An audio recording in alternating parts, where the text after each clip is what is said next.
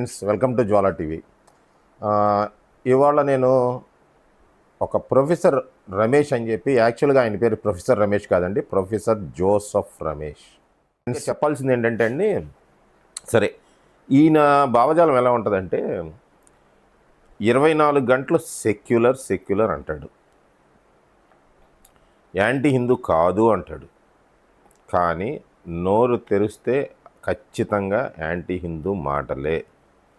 అంటే దీని గురించి చెప్పాలంటే ఒక చిన్న ఏమంటారు అది, ఈ మధ్య ఒక చిన్న వీడియో ఒకటి పెట్టారండి.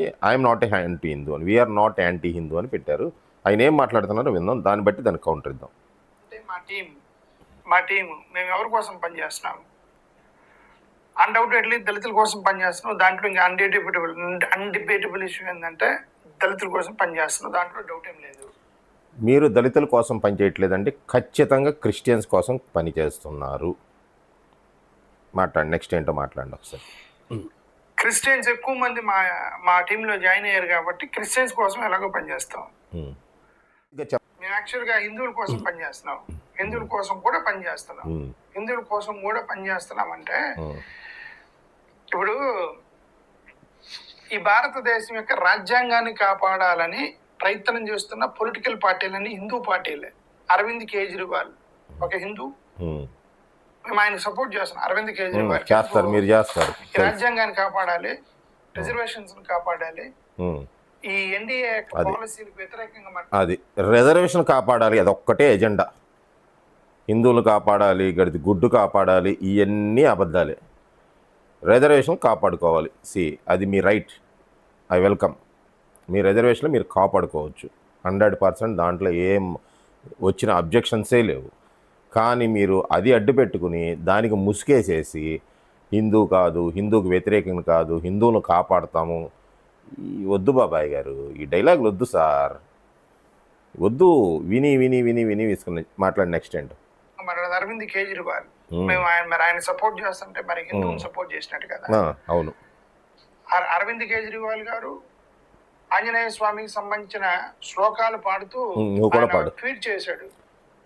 మీరు కూడా పాడండి, మంచిది. ఆంజనేయ శ్లోకం పాడితే, హనుమాన్ చాలీసా పాడితే చాలా మంచిది ఆరోగ్యానికి. ముందు అది చేయండి ఫస్ట్. స్వామి గారు హిందూ కదా, కాబట్టి మేము అరవింద్ కేజ్రీవాల్ యొక్క ఆమ్ ఆద్మీ పార్టీని సపోర్ట్ చేస్తున్నాం, హిందువే కదా. చేస్తారు, అన్నీ చేస్తారు. మీరు స్టాలిన్ సపోర్ట్ చేస్తున్నాం, చేస్తారు. కేసీఆర్ గారికి సపోర్ట్ చేస్తారు. విజయ్ క్రిస్టియన్ అనౌన్స్ మీరు ఓకే, స్టాలిన్ సపోర్ట్ చేస్తున్నాం, హిందువేగా. ఇప్పుడు ఇదాని కాంగ్రెస్ వాళ్ళు రాహుల్ గాంధీ బ్రాహ్మణ్, అతను హిందువేగా. ఓకే, శివసేన ఉద్ధవ్ ఠాకరే, బాల్ ఠాకరే, వాళ్ళు హిందువులేగా. మీరు ప్రపంచంలో ఉన్న అన్నిటితో మీరు జత కడతారు. ఎందుకు అంటే అవన్నీ హిందూ మతాలని కాదు, లేకపోతే అవన్నీ హిందూ పార్టీలని కాదు, అవన్నీ యాంటీ బీజేపీ కాబట్టి మీరు సపోర్ట్ చేస్తారు. 100% మీరు యాంటీ బీజేపీ. మరి బీజేపీ కూడా హిందూ మతమే కదా, హిందూ పార్టీయే కదా, హిందూ మతతత్వ పార్టీ అని చెప్పి ఒక ట్యాగ్ తగిలిచ్చేసారు కదా మీరందరూ కలిసి. Though it is not, but మీరు ట్యాగ్ అవుతే తగిలిచ్చేసారు కదా, మరి బీజేపీని కూడా సపోర్ట్ చేయాలి కదా. మోడీ గారు హిందువే కదా, సపోర్ట్ చేయాలి కదా. మరి మీరు ఎందుకు సపోర్ట్ చేయట్లా? ఎందుకంటే మీరు బీజేపీని వ్యతిరేకించే ప్రతి ఒక్కళ్ళు, మీరు స్టాలిన్ని సపోర్ట్ చేశారు, విజయ్ని సపోర్ట్ చేశారు. ఎందుకంటే రెండు కూడా బీజేపీ క్యాంటీ, మీరు సపోర్ట్ చేశారు. లేకపోతే మీరెందుకు సపోర్ట్ చేస్తారు వాటికి? బీజేపీ ఏదైతే రిజర్వేషన్ సిస్టమ్ని ఎక్కడ కొలాప్స్ చేస్తుందో, ఎక్కడ తీసేస్తుందో, ఎక్కడ క్రిమీ లేయర్స్ లాంటి కొత్త కొత్త పథకాలను తీసుకొచ్చి చేసి మీ రిజర్వేషన్కి సంబంధించిన దాంట్లో ఎక్కడైతే చట్టాలు పెడతాయేమో అని భయమేసి మీరు బీజేపీకి వ్యతిరేకంగా ఉన్న ప్రతి పార్టీని, రేపొద్దున కేఏ పాల్ గారు పార్టీ పెట్టారు కాబట్టి ఆయన ఒకవేళ గెలిచి ఆయన ఏదన్నా కొద్ది గొప్ప సీట్లు దానికి కూడా మీరు సపోర్ట్ ఇస్తారు. 100% గ్యారంటీ. మాట్లాడండి. మమతా బెనర్జీ హిందువేగా, మేమందరం కూడా హిందువుల కోసమే పనిచేస్తున్నాం మేము కూడా. ఓకే, కాబట్టి యాంటీ హిందూ అని అంటే ఓకే. మరి చంద్రబాబు నాయుడు గారు తెలుగుదేశం పార్టీ హిందువేగా, సపోర్ట్ చేస్తున్నారా? చేయరు. యోగి ఆదిత్యనాథ్ హిందువేగా, సపోర్ట్ చేస్తున్నారా? చేయరు. ఎందుకంటే ఎన్డీఏ కూటమికి వ్యతిరేకంగా ఉన్నది ఏదైనా ఇండి కూటమికి మీరు మద్దతిస్తారు. రాసి పెట్టుకోండి, ఇది వాస్తవం. ఇన్నిసార్లు అన్ని పార్టీ పేర్లు చెప్పక్కర్లా. యాంటీ బీజేపీ పార్టీకి మేము మద్దతు ఇస్తున్నాం, ఒక్క సింగిల్ లైన్ ఓట్లు అయిపోద్ది. అన్ని పార్టీలు ఏదైతే బీజేపీకి వ్యతిరేకంగా ఉన్న ప్రతి పార్టీకి మీరు మద్దతు ఇస్తారు, నాకు తెలిసింది. పనిచేస్తుంది మేము కూడా. ఓకే, కాబట్టి యాంటీ హిందూ అని అంటే పొరపాటు. పొరపాటే. మా టీం పనిచేస్తుంది, మేము దేశం యొక్క అభ్యున్నతి కోసం, దేశం యొక్క సమాజం కోసం పనిచేస్తున్నాం. కరెక్ట్. ఇప్పుడు మేము అయోధ్య రామ మందిర్లో జరిగినటువంటి ఈ యొక్క డొనేషన్స్ స్కామ్ గురించి మాట్లాడాము. అంటే హిందువుల కోసమే కదా మాట్లాడాము. డెఫినెట్గా హిందువుల కోసం కాదు, డెఫినెట్గా అక్కడ స్కామ్ జరిగింది, అది కరెక్ట్ కాదు. డెఫినెట్గా చాలా మంది హిందూ భక్తులు చేయడం వల్ల ఇదంతా జరిగింది. హిందూ భక్తుల యొక్క మనోభావాలు దెబ్బతిన్నాయని చెప్పి మేము మాట్లాడారు. మా యొక్క ఉద్దేశం ఆ వీడియో గురించి తర్వాత మాట్లాడదాం, ముందు మీరు ఇది కానీ మనోభావాలను కాపాడడానికి కదా మేము మాట్లాడుతున్నాం. డెఫినెట్గా అమ్మో, అసలు మీ అంత అద్భుతమైన మనోభావాలను కాపాడే వాళ్ళు ఎవరిని చూడాలి. సరే, ఈ సోదొద్దులేండి. బేసిక్గా ఏంటంటే అండి, హిందువులు మనోభావాలు ఇలాంటి వర్డ్స్ మీకు పనికిరావు సార్. ఫస్ట్ ఆఫ్ ఆల్ బేసిక్గా ఎందుకో నేను చెప్తా. మనోభావాలను కాపాడటానికి మద్దతు ఇచ్చామనేది శుద్ధ అబద్ధం. మీరు ఆ వీడియోలో చేసింది హిందూ మనోభావాలను కాపాడటానికి కాదు, స్కామ్ జరిగిందనే విషయాన్ని మీరు బయట పెడటానికి, లేదా అయోధ్య అని రామ మందిరాన్ని మీరు భ్రష్టు పట్టించడానికి మాట్లాడారు. 100% నేను గ్యారంటీ ఇస్తా. నెక్స్ట్ టైం మాట్లాడుతున్నారో వినండి. ఇదేంటంటే రాంగ్ పాలసీ వల్ల హిందూ సోదరులు చనిపోతున్నారని మేము మాట్లాడుతున్నాం రోజు. సో కాబట్టి అసలు ఇదంతా ఎందుకంటే మేము రిజర్వేషన్స్ గురించి మాట్లాడుతున్నాము. మీరు రిజర్వేషన్స్ని తీసేస్తున్నారు, దానివల్ల ఉద్యోగాలు పోతాయని చెప్తున్నాము. ఎగ్జాక్ట్లీ, ఇది అసలు ఎజెండా. నీ ఎజెండా ఇది. మాట్లాడు, తప్పులేదు, మాట్లాడు. రిజర్వేషన్స్ హిందువులకే అని మీరే చెప్తున్నారు కదా. హిందువులకే రిజర్వేషన్ సిస్టమ్, క్రిస్టియన్ ముస్లిమ్స్ కాదు కదా అంటే రిజర్వేషన్స్ మీరు డైల్యూట్ చేస్తున్నారని అంటే మేము హిందువుల తరపునే కదా మాట్లాడుతున్నాము. రిజర్వేషన్స్ని ఎస్సీ ఎస్టీ అట్రాసిటీ పెట్టేది హిందువులే, క్రిస్టియన్స్ కాదు అని చెప్పి మీరే అంటున్నారు కదా. ఎస్సీ ఎస్టీ అట్రాసిటీ కేసుని డైల్యూట్ చేస్తున్నారు, దళిత సమాజానికి అన్యాయం జరుగుతుంది అంటే హిందువులు కదా వాళ్ళంతా. ఎస్సీ ఎస్టీ డైల్యూట్ చేస్తే ఇబ్బంది పడేది ఎవరు? హిందూ దళితులు కదా. రిజర్వేషన్స్ పేరుతో హిందూ దళితులు కదా.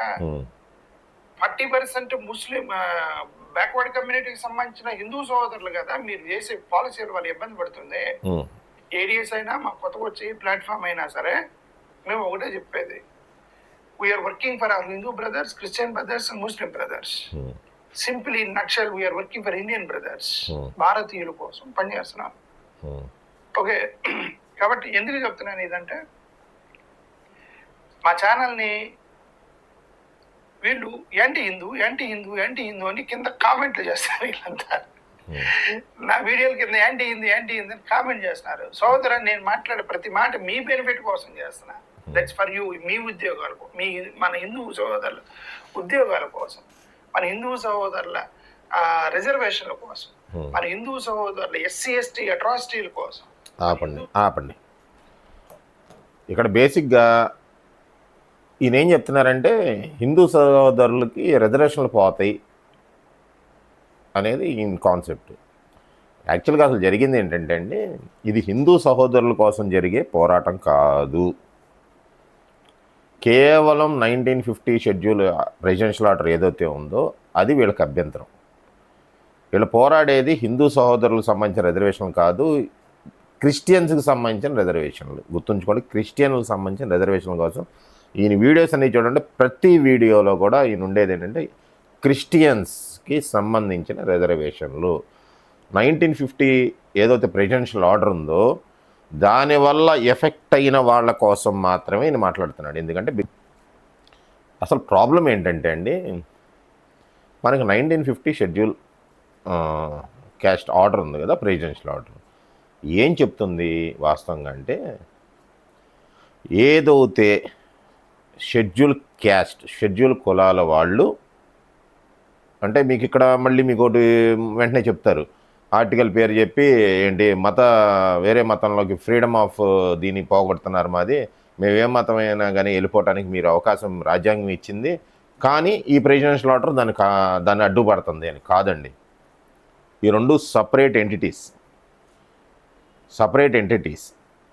ఎస్టీ ఆర్టికల్ ఎందుకు రాశారు అంటే మీకు 2 రకాల ప్రాబ్లమ్స్ ఉన్నాయండి. ఈ షెడ్యూల్ క్యాస్ట్ కానీ షెడ్యూల్ ట్రైబ్కి కానీ లేదా బీసీకి కానీ రిజర్వేషన్ సిస్టమ్ ఎందుకు వచ్చింది? 2 కారణాల చేత వచ్చినాయండి. ఒకటి డెఫినెట్గా డిస్క్రిమినేషన్, ఎవ్వరు కాదంటాను లేదు, ఒకప్పుడు డిస్క్రిమినేషన్ ఉంది, అన్టచబిలిటీస్ ఉన్నాయి, అది ఎవరు అవునన్నా కాదన్నా వాస్తవం. అదే రూపుమాపడానికి మాత్రమే మన రిజర్వేషన్ సిస్టమ్ వచ్చింది. రెండోది ఆర్థిక అభివృద్ధి.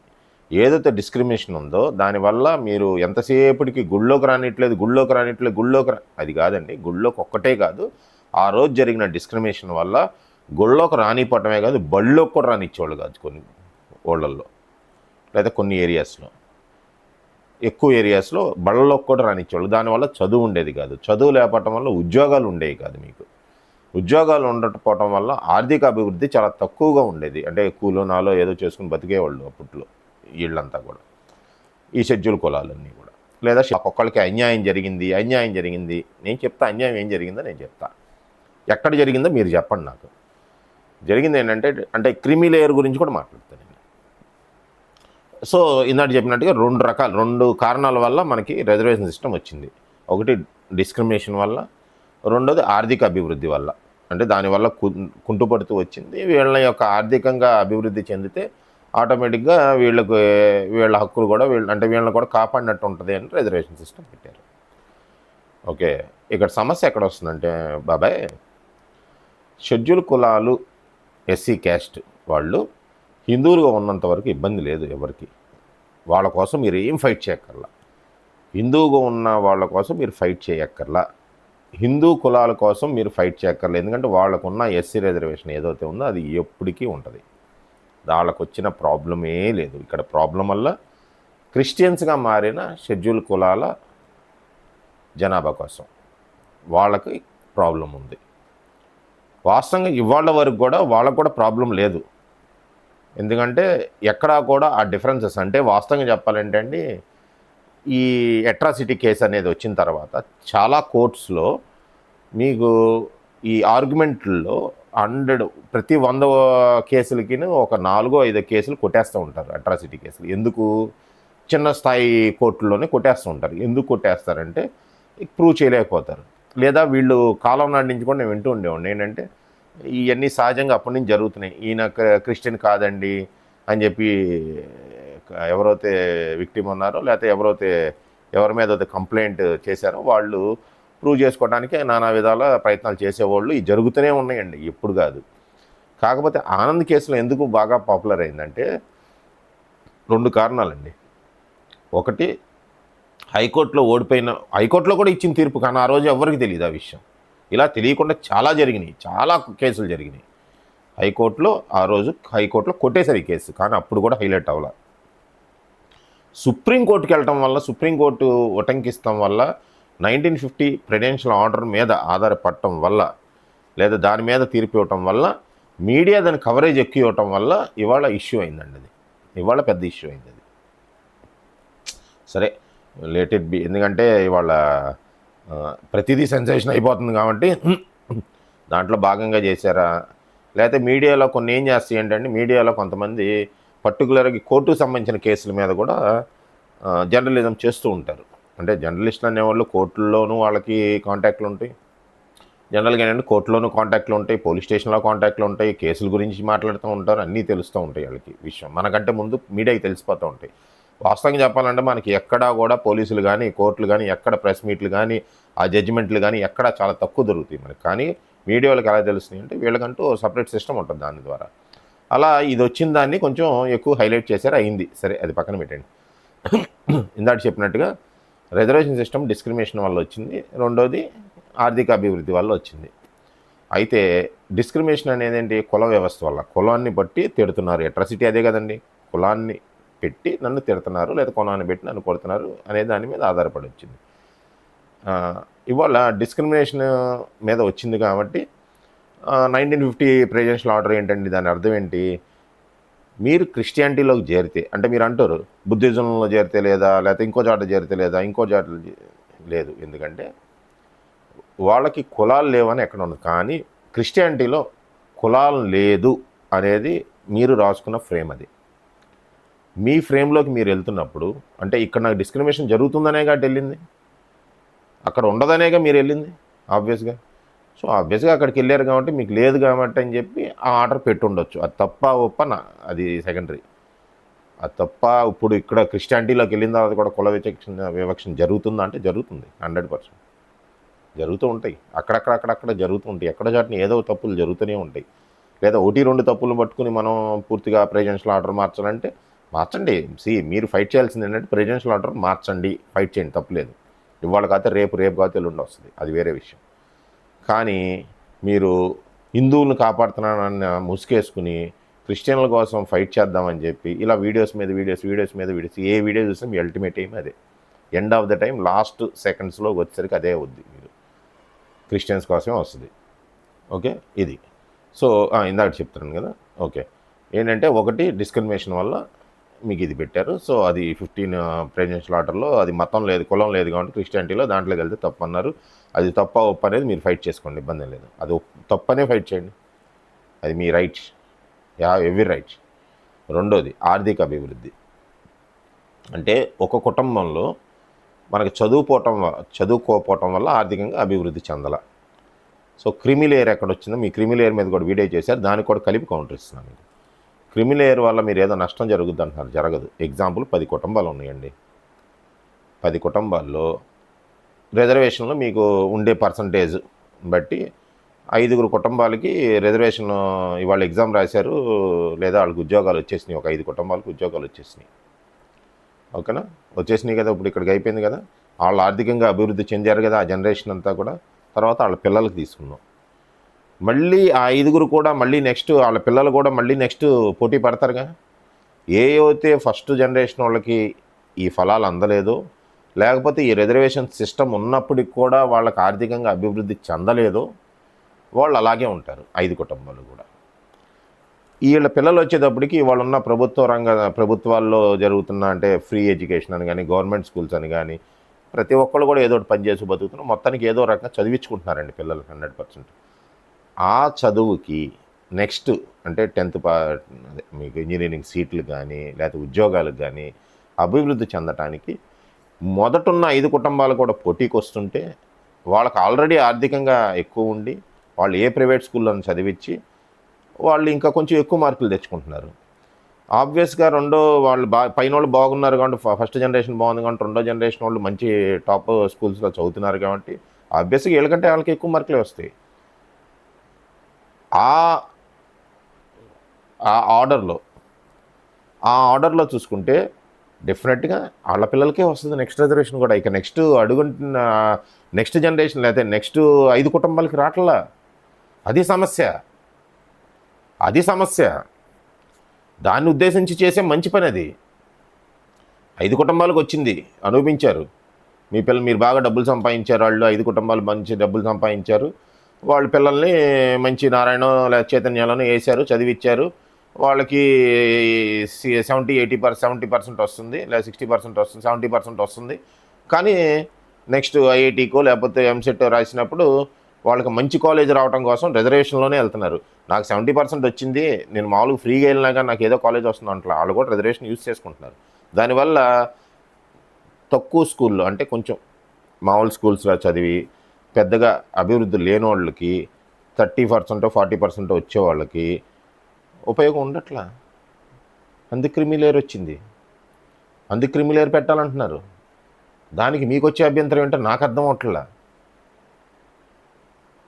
మీ ప్రాబ్లం ఏంటంటే క్రిమిలేయర్స్ పెడితే ఏదో ఒక టైంలో ఈ రిజర్వేషన్ సిస్టమ్ ఎండ్ అయిపోద్ది అని. అది సమస్య, అంతేనా? అది సమస్య.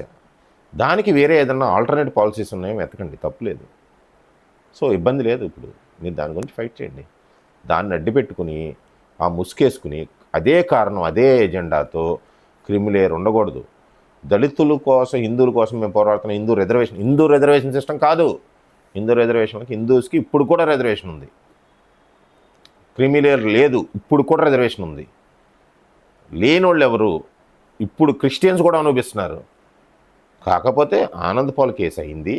రేపొద్దున ఎవరైనా పియూటీ స్పీకర్ రఘురామకృష్ణరాజు గారు లాంటి వాళ్ళు వేరే వాళ్ళు ఎవరైనా కానీ నేను ఆయన క్రిస్టియన్ అని ప్రూవ్ చేసి ఆయన సర్టిఫికేట్ తీసేస్తే వాస్తవంగా ఏమైందండి? సర్టిఫికేట్ తీసేస్తే గవర్నమెంట్ ఉద్యోగస్తులకు నష్టం, అది అందరికీ నష్టం కాదు, అందరికీ నష్టం కాదు. దానికి పాలసీ తీసుకురండి, దానికి పాలసీ తీసుకురండి ఖచ్చితంగా. సార్ ఇప్పుడు దాకా ఏదైతే ఉందో అవి పోకూడదు, ఆ ఉద్యోగాలు తీయటానికి వీల్లేదు. మీరు రిజర్వేషన్ సిస్టమ్ క్యాన్సిల్ చేసినప్పటికీ ఆ రోజున్న పరిస్థితుల ప్రకారం రిజర్వేషన్ తీసుకున్నాం, లేదా ఆ రోజు మేము హిందూస్మే, ఆ రోజు నాకు క్యాస్ట్ ఉంది, ఇవాళ తీసేసినంత మాత్రం నా ఉద్యోగం తీయడానికి లేదని ఫైట్ చేయండి కోర్టులో, తప్పులేదు.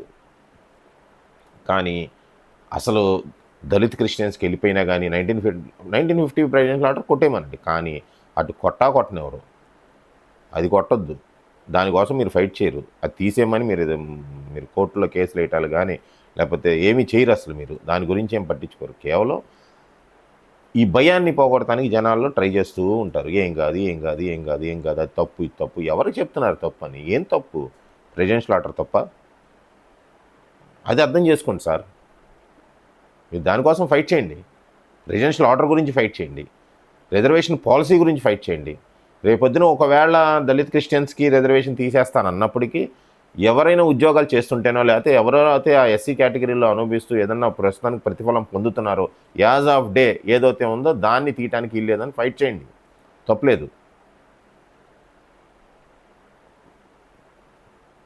సో థ్యాంక్ యూ ఫ్రెండ్స్, ఇదే నేను చెప్దాం అనుకుంది.